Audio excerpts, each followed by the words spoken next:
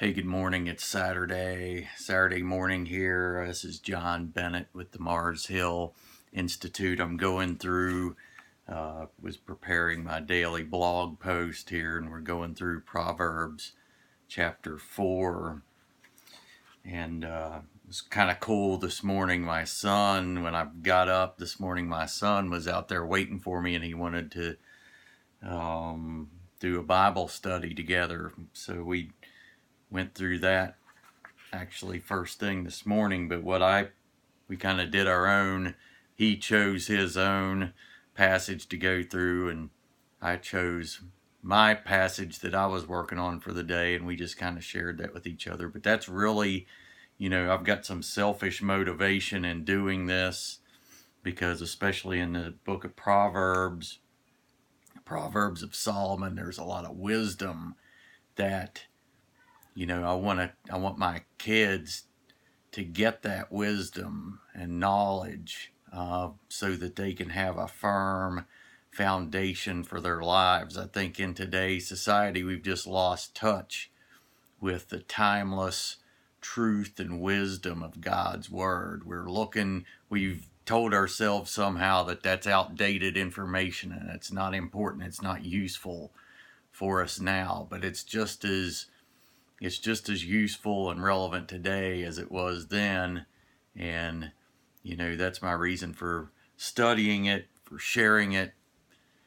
I take these daily posts that I go through and I'm putting it together in a write-up so that I can go through and actually have some lessons for my boys based on these proverbs. And it's a lot of work. It requires diligence. It requires a commitment to go through this every day. And sometimes, I feel like the content is I'm just regurgitating what's there. But, I think just the commitment to do it and to know it is a step in the right direction, so that's what I'm trying to do with this. So I'm going to share with you today's section that I'm going through in chapter 4. So the blog post actually for this was a day or so ago, but I'm trying to get the video podcasts and podcasts synchronized with the blog post because I changed it up a little bit. But in this part of chapter 4, I'm going through verses 1 through 9, security and wisdom.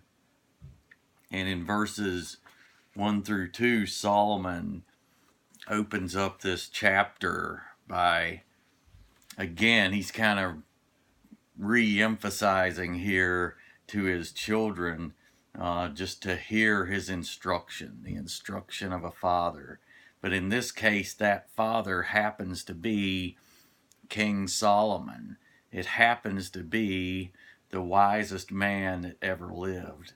He also encourages them to give themselves to gaining understanding. He tells them that he gives them good teachings and that they should not ignore them. And so that's some really valuable guidance and valuable instruction, because there are a lot of people who would pay thousands of dollars to have a consultation with some coach or consultant that they think, has some information that can help them in life. But how much is it worth to have a consultation with the wisest person that ever lived? And, if you've got, if you've got a Bible, you have access to that, and it's there. I think that people are really starving for truth and for wisdom, but we just, we've believed a story that the Bible's not relevant, and so we're looking sometimes in the wrong places, I think.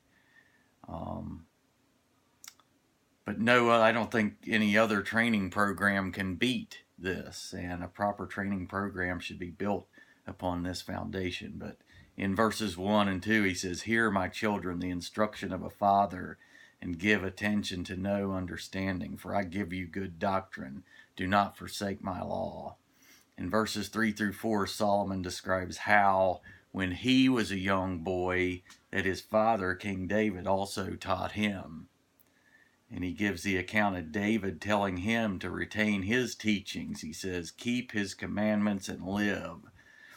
From these words, it's apparent that wise instruction is life-giving and life-preserving.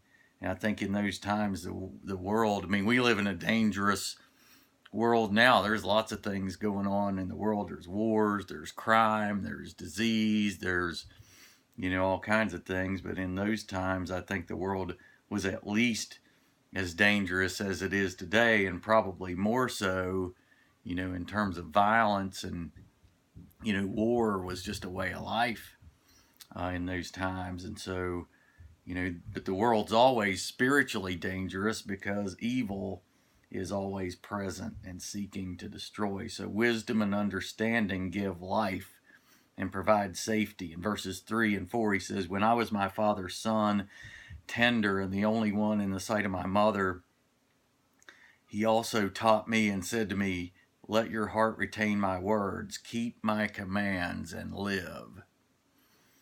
So wisdom gives and preserves life. And David said specifically, keep my commands and live. In 5 through 7, he emphasizes the importance of wisdom and understanding. He says, get wisdom, get understanding. He tells them that if they will not forsake wisdom, that it will preserve them. He says that if they will love wisdom, it will keep them. And he points out that wisdom is the most important thing. He says in verse 5, 6, and 7, he says, get wisdom, get understanding. Do not forget nor turn away from the words of my mouth. Do not forsake her, and she will preserve you. Love her, and she will keep you. Wisdom is the principal thing. Therefore, get wisdom, and in all you're getting, get understanding. And so sound wisdom is the most important guide for our lives. Knowing what is right, what to do. You can't do the right thing unless you know what the right thing is. In verse 8, he tells them that if they'll exalt wisdom, it will promote them. If they will embrace wisdom, it will bring them honor. If they will embrace wisdom, it will bring grace.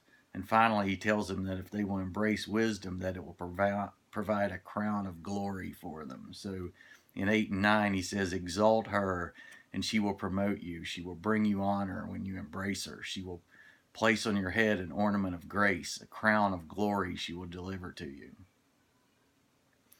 So I guess just to sum up today's session, I mean, I've been trying to put a question and a challenge to each day's study, but I guess for today, the question is, are you making it a point in your life?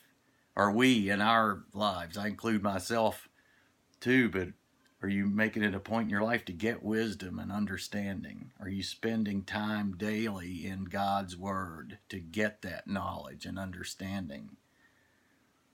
And if not, my challenge is if you don't have some time set aside daily to spend in God's Word, that you would make some time and make an effort to get that godly wisdom and understanding from the best source that there is. And if you are already spending time in God's Word, encourage someone else to do the same and help them to develop that habit in their lives so they can get sound wisdom and understanding. So thanks for joining me today. You can you can read the blog posts on our website at marshillinstitute.com. There are also links to them on Facebook at facebook.com/The Mars Hill Institute. And so thanks for joining me today, and I hope you'll join us again tomorrow or the next time we get together. Thank you.